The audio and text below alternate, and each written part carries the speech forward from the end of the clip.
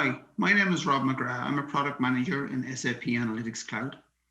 And I want to talk today about how you can change how your users use analytics by allowing them to interact directly with the data. This allows them to make confident data-led decisions. We're at the start of a third paradigm in BI.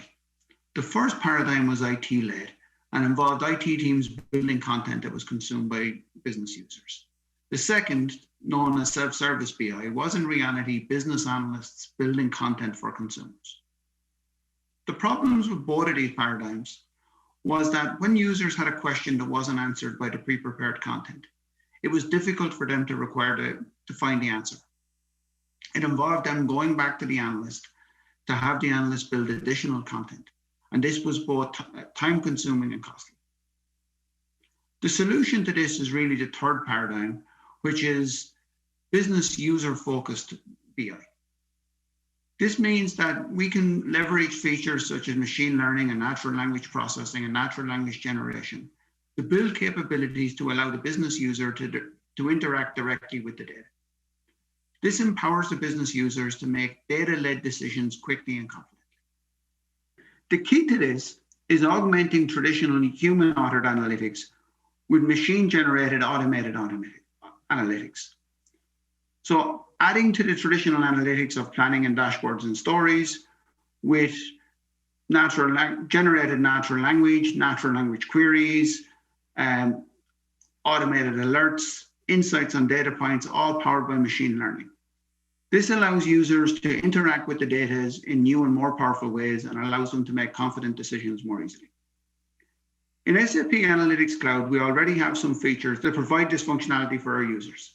Smart Insights allows users to interact with data points, explaining changes in the recent past and allowing them to see what's behind the data point in their data.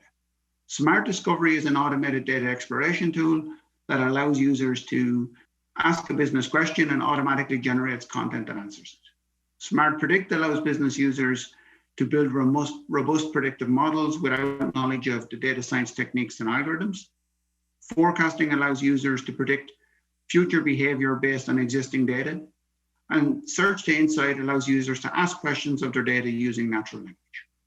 I'd now like to show you two demos, one presented by me showing Smart Insights and Smart Discovery, and one presented by my colleague, Antoine Chabert, talking about Smart Predict and Planning. Enjoy the demos. Business users or information workers consume curated content in analytics systems. Quite often they have questions that are not answered in the pre-prepared content provided for them. It is difficult for information users to answer those additional questions without edit rights to the system and detailed knowledge of the data. Smart Insights provides a way for business users to find additional information without requiring edit rights or detailed knowledge of the system. This is a typical business dashboard showing gross margin for 2020. As we can see, it already contains an insight. The content creator has embedded a Smart Insight in the gross margin per product type chart. This explains recent changes in gross margin in natural language for the user. The user can choose to view more insights to get a better understanding of gross margin. The Smart Insights feature will generate a number of insights based on the data. The first question a user often has is this value typical over time? Smart Insights shows recent changes in a chart and provides a natural language explanation that explains how the value has changed in the recent past. This means I can quickly understand the recent trends in the data. Another question users often have is what drives this value, or what contributes the most to it. The top contributors provided by Smart Insights examine the dimensions in the data and explain in natural language and using visualizations how the various dimensions contribute to the value. In this example, we can see that customer name is the most significant contributor, and that one customer in particular, Candid International, contributes a lot more than the other top 10 customers. This allows us to get a really quick understanding of what's driving the number. We can also see how much the top 10 customers contribute to the overall gross margin. We can explore other contributors, for instance, sector, and we can see the human services is the top contributor in this dimension. And we can even drill down on human services to understand what's behind that. In addition to launching Smart Insights from the embedded text token, we can select a data point on a chart and launch Smart Insights. If we look at the time series chart showing gross margin over time and select the most recent data point, we can launch Smart Insights and we can select between the data point and the variance. The variance is very interesting because quite often what's useful to a business user is understanding changes or differences. In this chart, we have shown the difference between our forecasted gross margin and our actual gross margin as a variance on the chart. And Smart Insight can help us understand why we're 0.59 million down on our forecast. From the top contributors, we can see that of the product categories, infrastructure is the top contributor to this, driving 0.53 million. So we can quickly understand where the problem in our business is and start to make decisions around how to correct it. Smart Insights is automating the type of analysis that the business user would like to do. However, doing this manually is very time consuming and requires access to the data and advanced knowledge of the tools. We have seen from Smart Insights that customer is a significant contributor to gross margin. So I'd like to understand more about the margins we make from our individual customers. So far, we have focused on the experience for the information worker or business user who does not have edited rights and is consuming a pre-prepared story. However, if we change the persona slightly and think about the analyst creating the story, Smart Discovery is an automated data exploration tool that allows me to answer this type of business question. In order to run Smart Discovery, I need first to define the question. I need to select the measure or dimension I'm interested in this case, gross margin.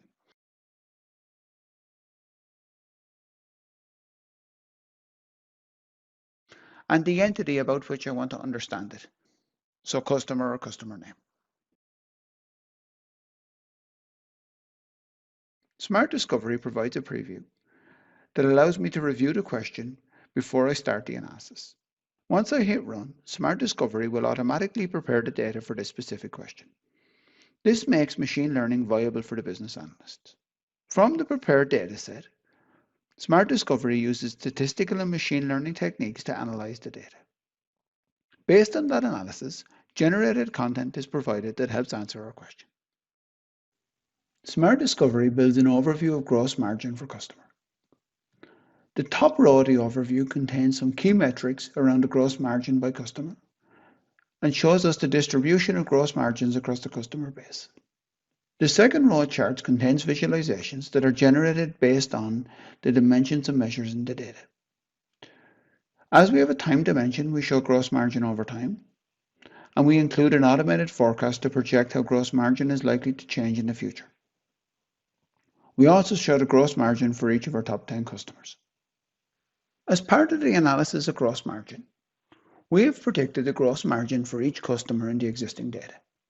And from that prediction, we were able to extract the other variables in the data that have an influence on gross margin. The Key Influencers page shows the top 10 influencers and contains visualizations to allow us to better understand how a particular influencer influences gross margin. We can see that customers in the Fortune 500 segment have a considerably larger average gross margin than those in other segments. Unexpected or outlier data points are often interesting. The unexpected value page shows us the customers where the gross margin is very different to that predicted by our predictive model. These data points may be interesting as the individual customers may require specific attention. The simulation page allows us to see how changing the values of the key influencers impacts the expected gross margin for a particular customer. We can see in the current example that if we're contacting a C-level executive, it has a positive impact on the overall value. If we change this to a manager level contact and simulate the value, the expected gross margin is reduced by 35%. This is useful for understanding what the likely gross margin could be for prospective customers. Using Smart Discovery to automate the data exploration process can speed up your data exploration and help you find insights that would be difficult or impossible to find manually. Hello, my name is Antoine Chabert. I'm product manager in the SAP Analytics Cloud teams, and I'm going to show you today a brief demo of predictive planning in action and how it can contribute to the planning process as part of SAP Analytics Cloud. So as we can see here, we have a perspective on the overall, let's say, collaborative enterprise planning process. And where we see, for instance, predictive planning is playing a role is when it comes to expense forecasting or sales forecasting. So this is where the portion I'm going to start and show you briefly. And so what we can see here is we have actually a use case where we want to do the forecast of the evolution of our revenue and how this is going to be contributed by predictive planning. So you can see actually in that demo, the actuals up to the end of Q1 2020, we have a budget for the course of the year. We have a plan that has been defined by our planners. And you can see actually this version that contains the predictive forecast that were delivered by Smart Predict. So we can expand that. We see we have forecast up to the end of December. And actually on that basis, we can establish delta and figure out based on the budget what we plan to sell for certain categories of product, based on the predictions that Smart Predict did, based on our knowledge from the business, how we do foresee this end of year or even the monthly number evolving.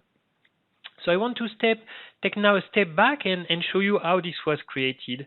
So of course, all of the story I'm showing and the predictive model is based out of the planning model, which I'm sharing now in the screen. And you can see that planning model has many dimension, as a different account, as an account dimension with different members. And this is actually what we use as a source to doing the predictive activity. So it's really fully integrated what we do in the predictive process. So here I'm showing you the result of a model being trained on that planning model. So you can see the planning model, which is there, which is used as a source to training the time series model. So in that case, we use a time series forecasting model to project the evolution of revenue. And the version we use is actually the actual, but of course, there could be many more, say, public or private version actually in my planning model.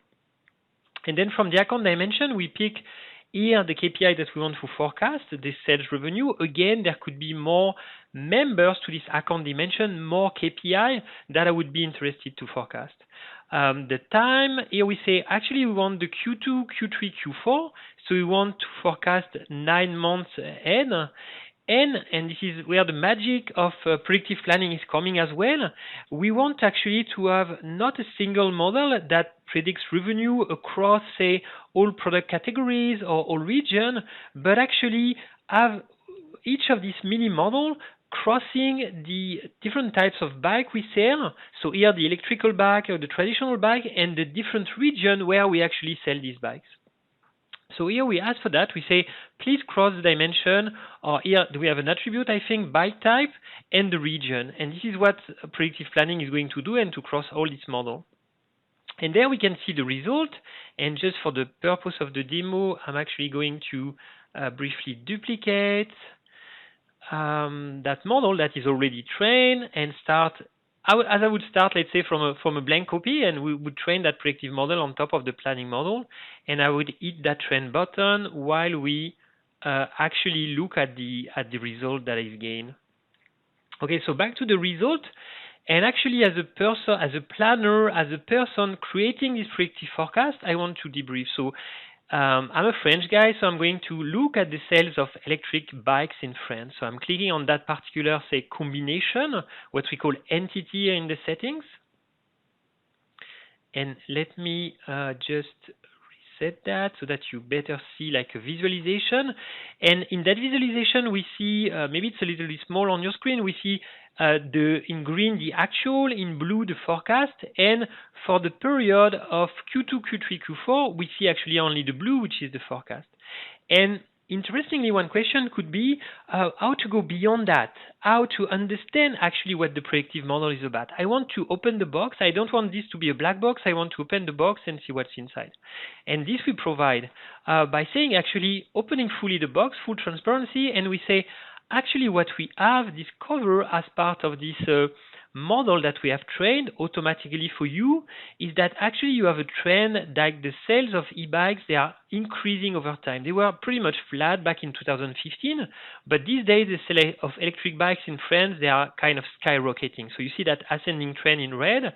And actually we have this kind of recurring pattern every year. When we look at this analysis, we see on a quarterly basis that there is something recurring every year. So probably we sell more of this bike in spring, summer, as compared to autumn, winter.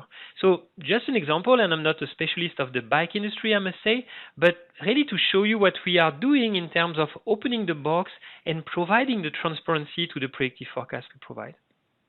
And so once I'm happy with the predictive forecast, I would actually deliver them at scale, so for all this crossing of bike types and region to my planning model. So I would hit that save button, and now all these predictive forecasts are moved to the private version of the planning model, which we are seeing a little bit earlier on.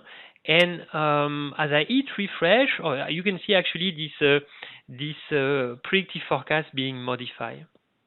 So that's it for really, I would say, the core use case of predictive planning and how we see actually predictive providing that smart baseline to help guide the planners and actually take confident decisions.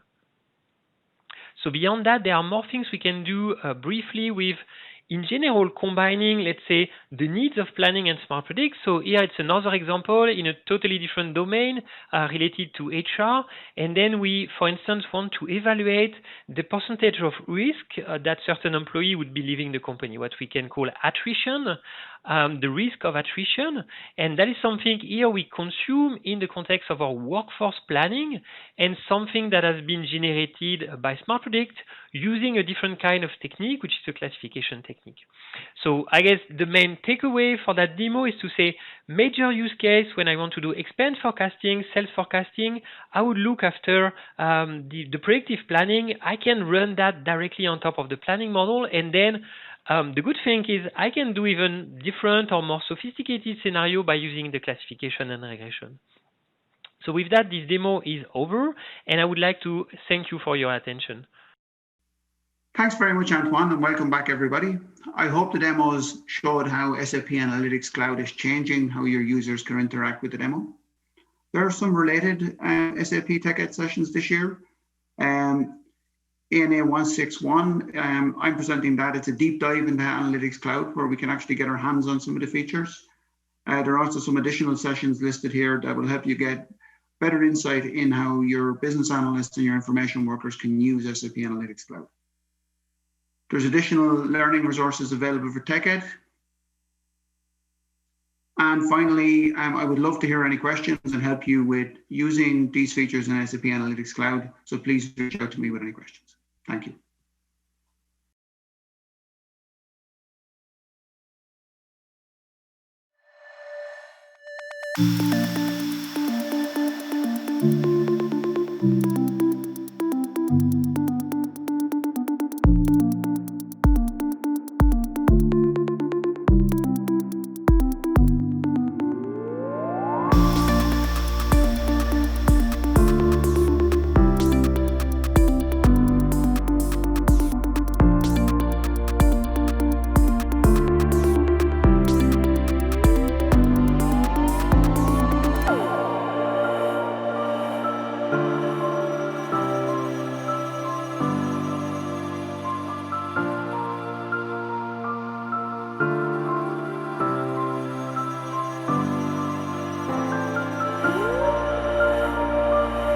Woo!